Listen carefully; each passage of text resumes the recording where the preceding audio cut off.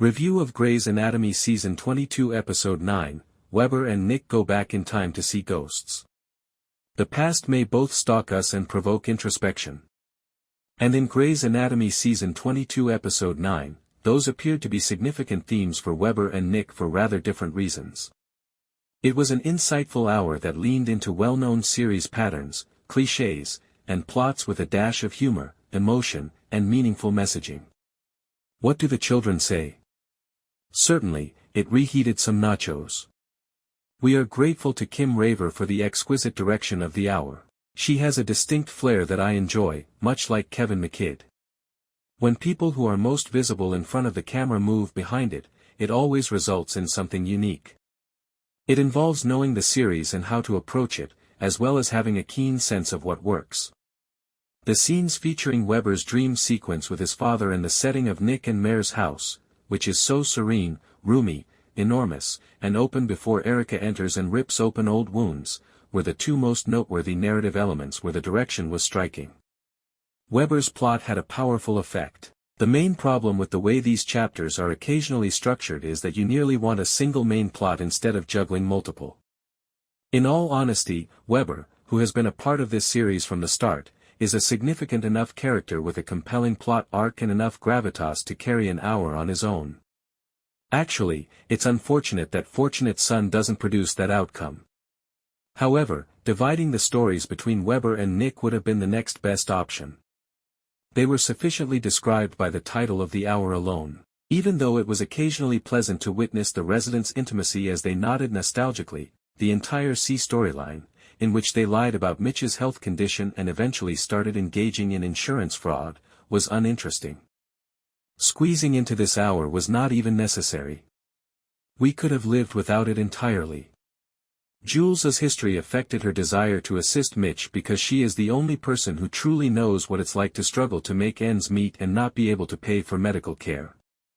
Jules is still there, albeit occasionally reminiscent of Izzy Stevens. Additionally, we've witnessed the group grudgingly support one of their own at an event. We've also had a good deal of trouble with insurance fraud arcs and cases. When Quan was the most direct about not wanting to cover for them again, there were hints of the version of him that I prefer. He's terribly inconsistent in characterization frequently. In the end, this is an arc that might have been left on the cutting room floor, but they used it as further tension to drive this Jules/Winston thing. In addition, Grey's has developed the habit of hardly utilizing its heritage and long history to address societal issues. This time, they explore how people fall between the gaps in a broken healthcare system that fails to provide assistance to industrious individuals in need.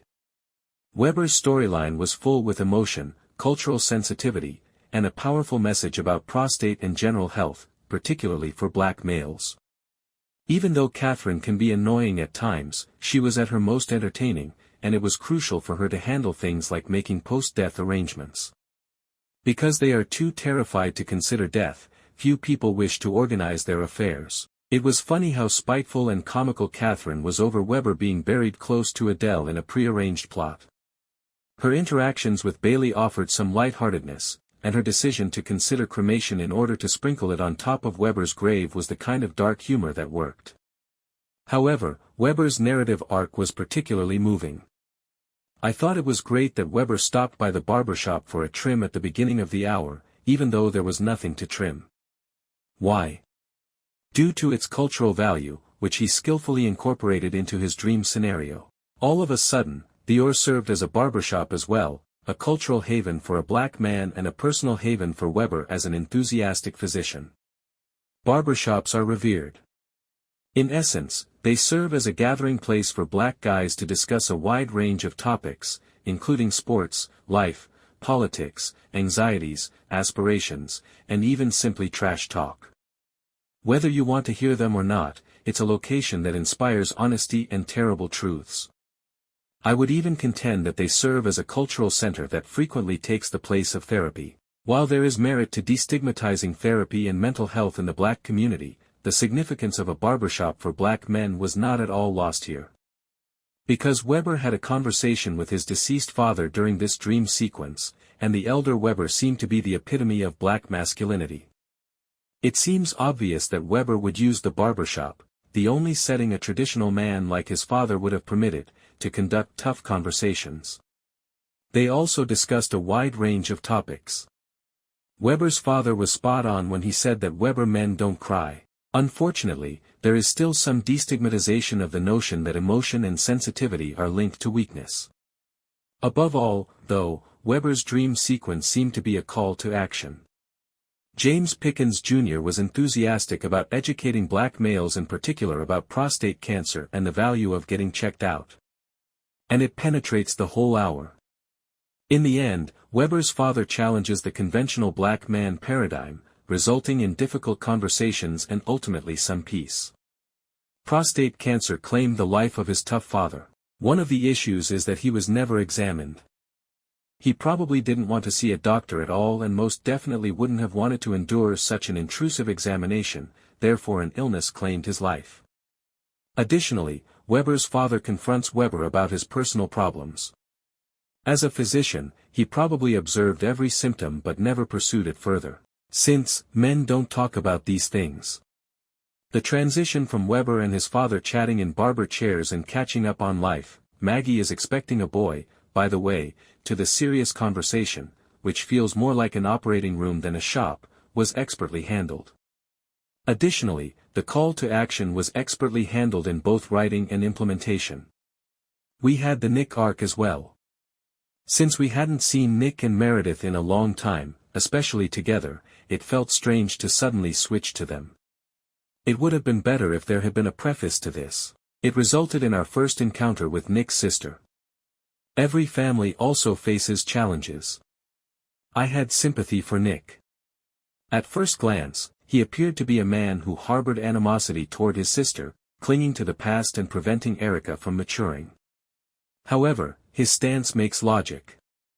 Erica has reportedly always been a chaotic monster, but he has always taken care of her and cleaned up her messes. When you've been cast in such a role, it's difficult to avoid waiting for the other shoe to drop. Sibling relationships are always complex and difficult to reverse once they are well established. Because of his sister, Nick was taught to always be ready for the worst or for his world to completely collapse. To his credit, it was the case every time. Given that he reared Charlotte, Erica's last child, I couldn't blame him for becoming alarmed when he discovered she had a 6-week-old child that she hadn't disclosed to him. And in less than an hour, we discovered how much he gave up and how it changed his world.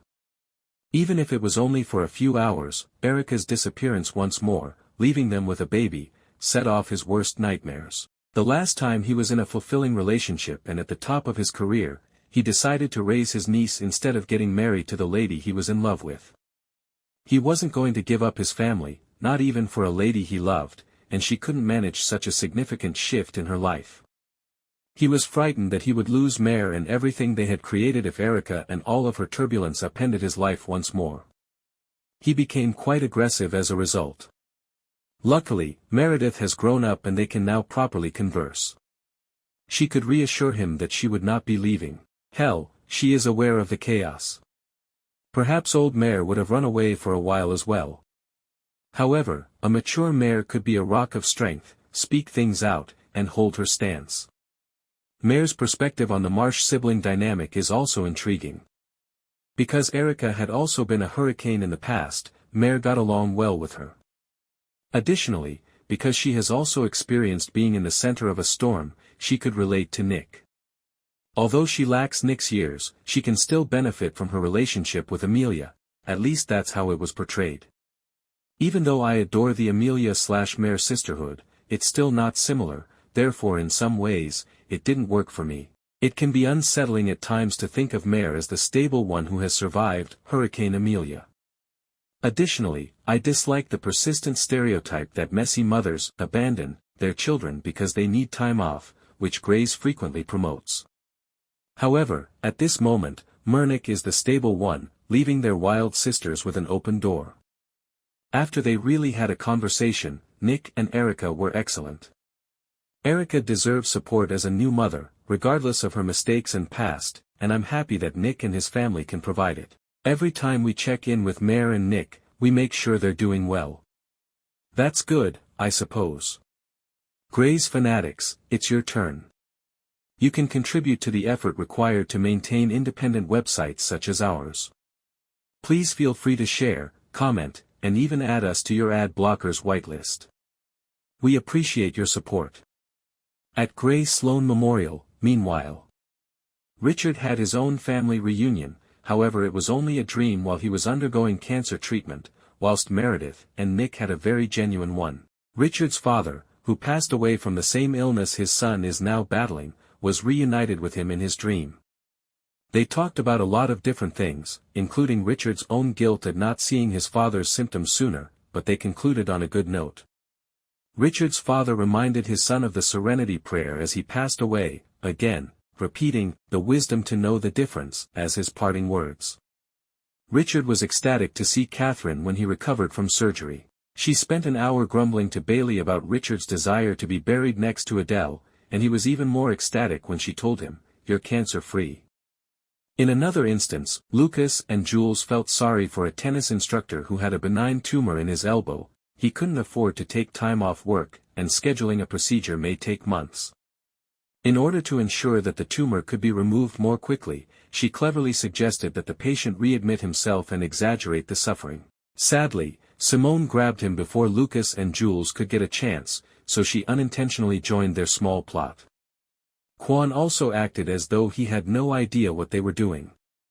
Winston, however, detected a rat scent. He could tell the patient was lying about how much agony he was experiencing during the procedure, but when he questioned Jules about it afterwards, she denied knowing anything.